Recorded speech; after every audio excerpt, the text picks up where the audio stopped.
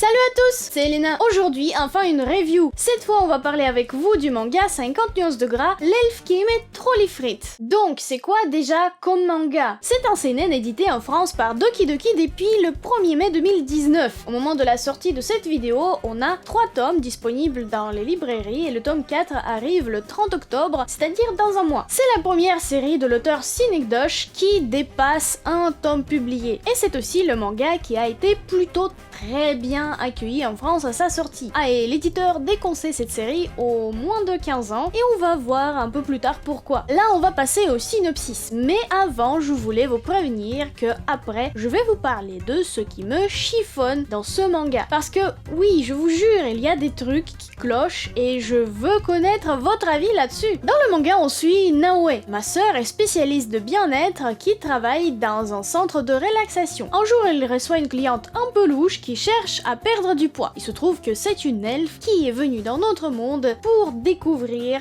la cuisine, beaucoup plus attirante que celle du monde des elfes. Problème, elle a goûté les frites et en est devenue accro jusqu'à prendre du poids. Naoe l'a fait suivre en régime et faire des exercices pour qu'elle maigrisse et soit capable de passer par le portail interdimensionnel pour retourner dans ce monde. Parce que bien évidemment c'est un portail à la con. Si tu n'as pas le même poids qu'à l'aller, tu ne peux pas faire le voyage du retour. L'elfe qui s'appelle Erefuda, ce que en japonais signifie qu'il est effectivement une elfe, arrive à maigrir et fait des adieux à Naoe. Sauf que dans quelques semaines, il tombe à nouveau sur elle dans un fast-food en train d'engloutir des frites. Donc on a un perpétuel combat de Naoe et Erefuda contre son surpoids, ou plutôt le combat de Naoe contre Erefuda et sa consommation excessive des frites et son alimentation déséquilibrée. Parce que bon, elle mange pas grand chose en dehors des frites. Heureusement, tout ne s'arrête pas là. D'autres filles du monde d'Erefuda tombent sur Naoe et elles aussi ont tous le même problème. Elles ont pris du poids et elles ont besoin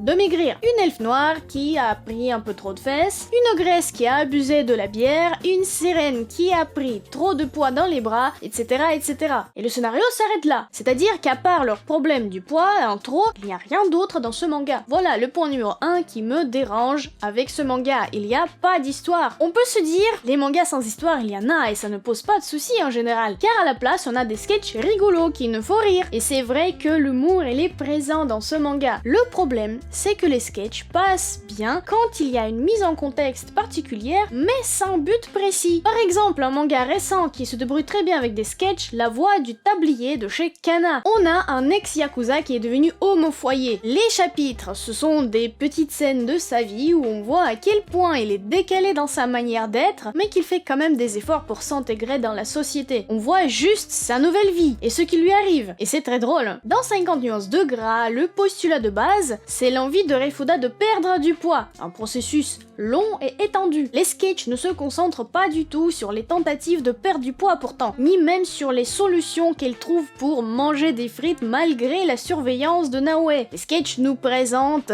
des interactions entre les filles en surpoids, elles qui se taquinent, qui se chamaillent, et des fois Naoe arrive avec des nouvelles solutions pour maigrir. Les solutions réelles pour des filles qui viennent du folklore imaginaire. On nous présente des exercices physiques utiles pour faire maigrir telle ou telle partie du corps, des activités sportives à privilégier ou des conseils en nutrition. Ça c'est cool. Pourtant, les chapitres se suivent, les nouvelles filles arrivent, on découvre de nouveaux exercices, mais on ne voit pas du tout de véritables tentatives pour maigrir, même si je comprends que ce n'est qu'un prétexte pour l'existence de ce manga. Je m'imagine que Refuda pourra enfin y arriver à la fin de l'histoire, mais jusqu'à là, après 3 tomes, aucun de ces sketchs a réussi de laisser une trace particulière dans mes souvenirs, et ça c'est dommage. L'univers de ce manga n'est pas très grand, il se limite au salon de relaxation, l'appartement de Naoe, et des fois un sauna, une piscine ou une salle de sport. Il n'y a pas grand chose à voir en fait. Les interactions avec des gens du monde réel n'existent pas, on n'a pas droit aux situations comiques où les filles d'autres mondes par exemple seraient obligées de se confronter avec des personnes autres que Naoe. Le background est très limité du coup, pas possible de développer davantage les personnages. Comme conséquence, les filles ont l'air souvent très limitées car elles ont l'air de connaître que très peu de choses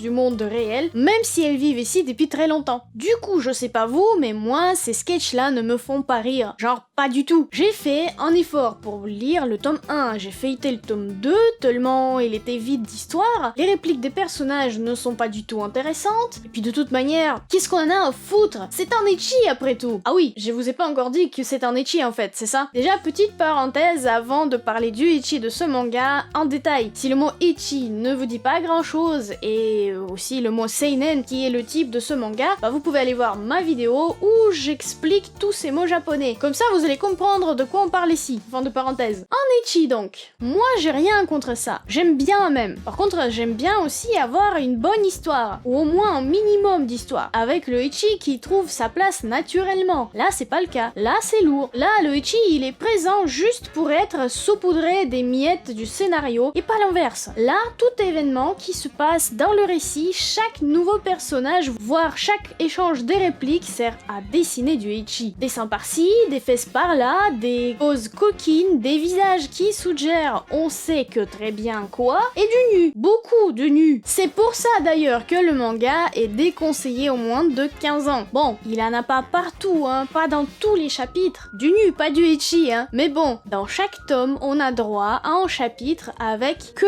du nu, sous tous les angles. La preuve qu'il y a effectivement du ecchi dans le sens lourd du terme, c'est que le manga est classé dans les seinen. Si le ecchi était plus soft, on aurait pu parler du shonen. Bon, pour terminer avec le côté ecchi du manga, j'ai rien contre ce genre de manga. J'aime juste pas quand le ecchi est le seul point intéressant dans l'histoire. Et j'avoue, ça m'a trigger un peu de voir les gens dire que ce soit en vidéo ou un article des reviews que 50 nuances de gras est légèrement ecchi. Il est clairement très ecchi. Mais bon, j'avoue, pour une fois, voir des filles un peu rondes, ça fait plaisir. Les rondeurs qui ne viennent pas de nulle part d'ailleurs. En fait, l'auteur du manga, Synecdoche, fait aussi des mangas hentai. Beaucoup. Et il dessine toujours des filles avec des formes, donc bon, c'est son king qu'on dirait. Je ne sais pas comment le manga a été présenté au Japon, mais en France, ces rondeurs-là étaient un des arguments de vente. Les filles rondes, un peu en chair, la question de bien-être, comment garder la ligne, c'est très en vogue en France en ce moment.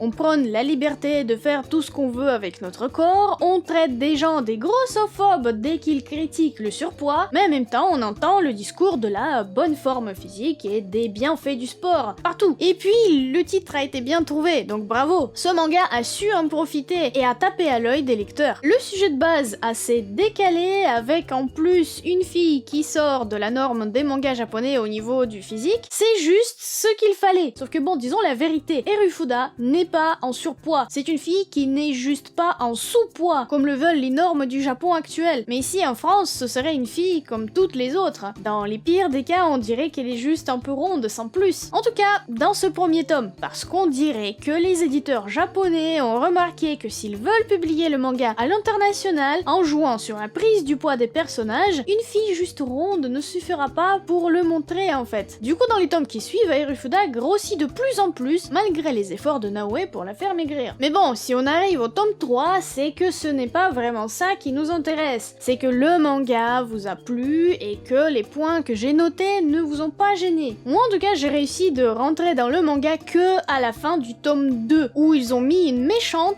qui a fait grossir Naoe. Du coup, le tome 3, bah il est passé beaucoup mieux que les deux précédents. Mais j'ai quand même fait un effort, hein, parce que je voulais faire une review du manga. Et du coup, je sais pas si ça vaut vraiment le coup de se forcer pendant 2 tomes pour enfin y arriver au tome 3, je sais pas.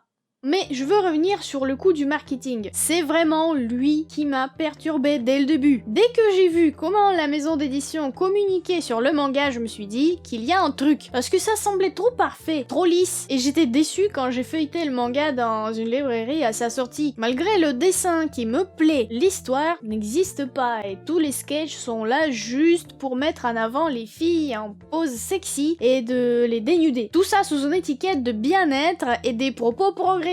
Mais en vrai, c'est juste pour montrer que les filles pulpeuses sont un objet de désir elles aussi. Voilà, moi je suis clairement déçue du manga. Je m'attendais à plus. Mais peut-être que ça ouvrira la voie aux autres mangas décalés et drôles ou avec des propos originaux qui cassent les codes du manga japonais. Et je veux aussi savoir ce que vous en avez pensé de ce manga si vous l'avez lu. J'ai déjà demandé les avis des gens sur Twitter et parmi ceux qui ont aimé le manga, la plupart ont dit qu'ils ont bien rigolé en le lisant. Je veux du coup savoir ce que vous avez trouvé dans ce manga. Est-ce que vous l'avez aimé ou pas? Pourquoi vous l'avez acheté ou non? Et peut-être que vous avez lu les scans. Je suis consciente que toutes les choses qui ne me plaisent pas à moi peuvent plaire aux certains parmi vous. Et j'aimerais donc tout savoir et discuter avec vous dans les commentaires parce que j'aime beaucoup débattre sur les mangas que je lis et connaître les avis des autres. Ah, et il est probable que je serai dans un train quand la vidéo sortira. Je ne pourrai peut-être pas vous répondre tout de suite, mais je répondrai à tout le monde, promis. Donc lâchez-vous dans les commentaires. Vous avez aussi des liens sur les tomes du manga dans les descriptions si vous voulez plus d'infos. Et maintenant, je vous fais plein de bisous. On se retrouve bientôt pour une nouvelle vidéo. Ciao!